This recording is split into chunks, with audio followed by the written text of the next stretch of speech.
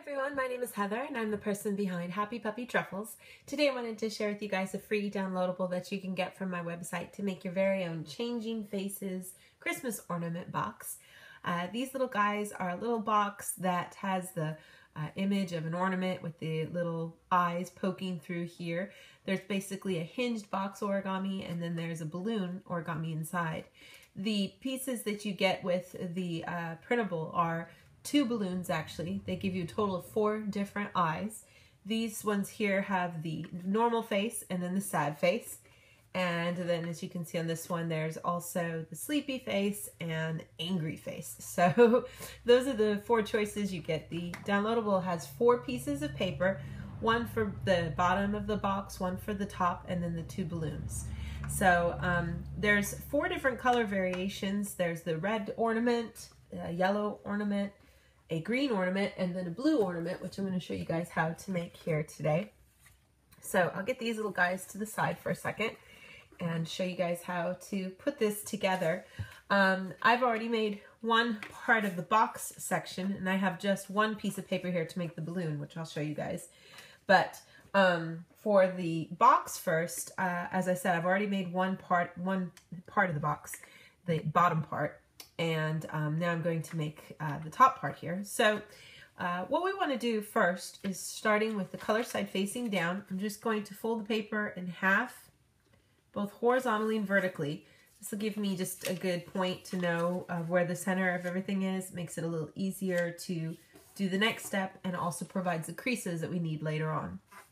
So what I'm going to do is fold into the center, which is a blend space, or zabuto base in Japanese. So just fold all these points towards the center.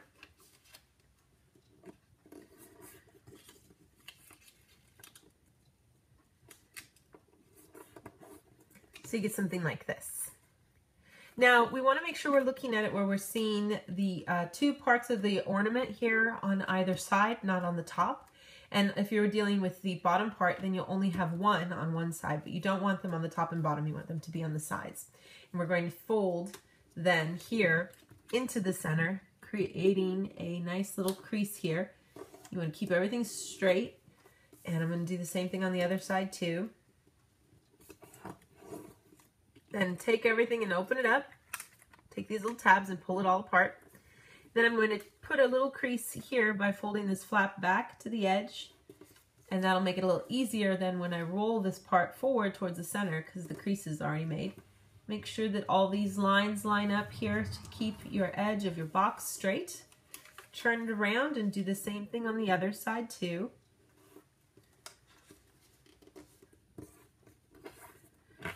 So we wind up with something like this. Now if you make those 2 little flaps pull in towards the center, this is the bottom of the box, and then I have the 2 sides. And then I'm going to use the creases that are right here and just kind of reverse them so that they push down in to create a diagonal crease on both sides.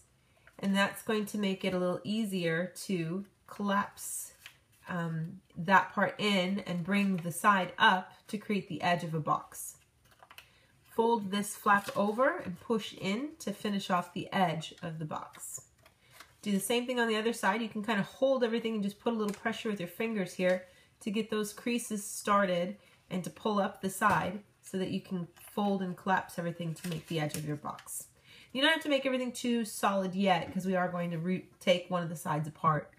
So this is the top, as you can tell, the top of the ornament, and then this is the bottom.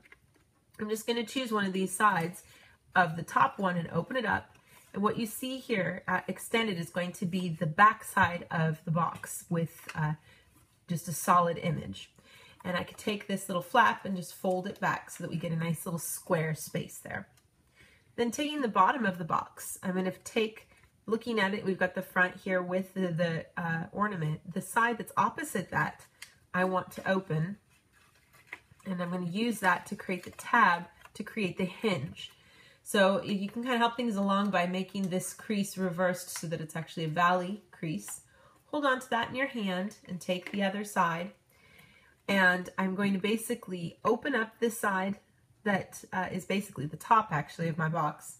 Take the side that has the tab, slide it in so that that tab lines up with the other 3 in the center. Then on this side, I want to make sure that the sides come in underneath for each of these. And you can kind of double check to make sure that the edges line up nicely there. You should be able to push in here and then kind of pinch it backwards to make sure that everything gets connected really well.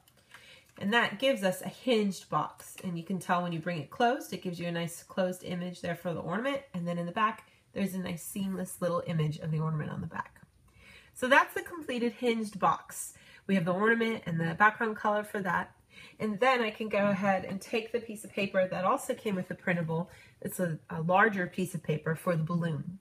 So I'm going to do the one that has the angry and sleepy eyes for this one.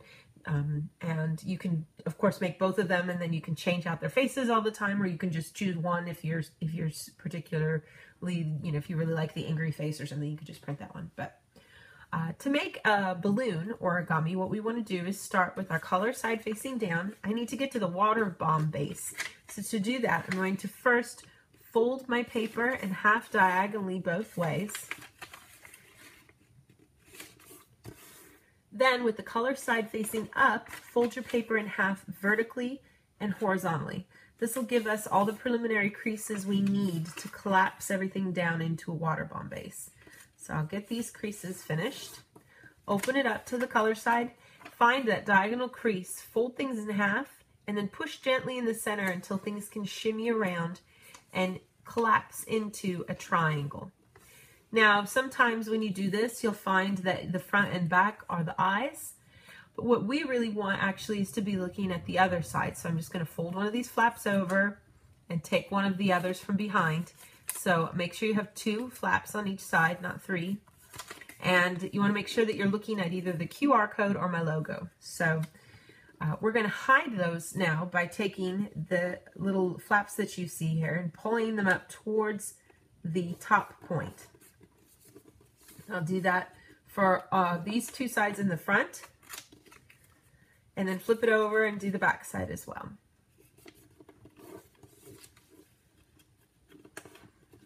So I get something like this. Now you want to make sure that you're looking at it with those flaps at the top, and I'm going to take each of these sides here. There's 2 layers of paper, or actually 4, but I'm going to take those and fold straight towards the center. Imagine a nice line going right through everything to keep everything parallel with the center here. And I'm going to do the other side as well.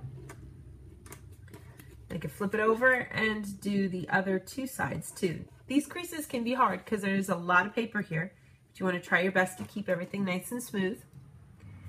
Now I have these little flaps up here, and I'm going to take them and tuck them into these little triangular pieces that are actually pockets. If I put a little pressure right down on that bottom crease, this opens up, or you can use your thumb or finger to help pop it open. I'm going to take this little part here, kind of curve it so that I can get this to go inside. You want it to push all the way over into the corner and then just smooth out. And that will give us the connection that we need to secure this fold so that it won't pop open later when we make it a balloon. So I'm going to just repeat these steps for the other 3 little pockets here, tucking this little bit of paper inside, making a good crease. Do the other side too.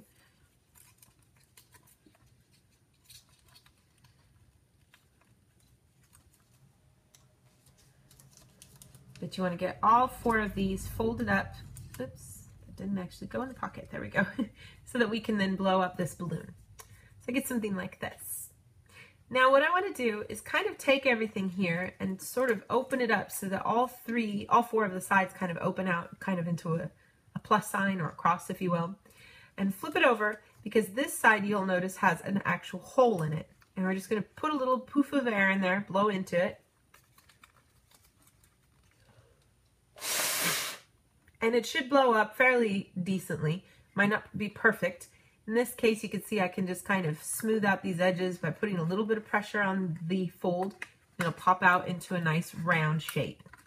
And in general, the balloon piece is going to wind up being kind of like a cube with it sitting inside the box, obviously. So there's nothing wrong with putting a little pressure on the edges to kind of try to crease out some of the corners if you can a little bit.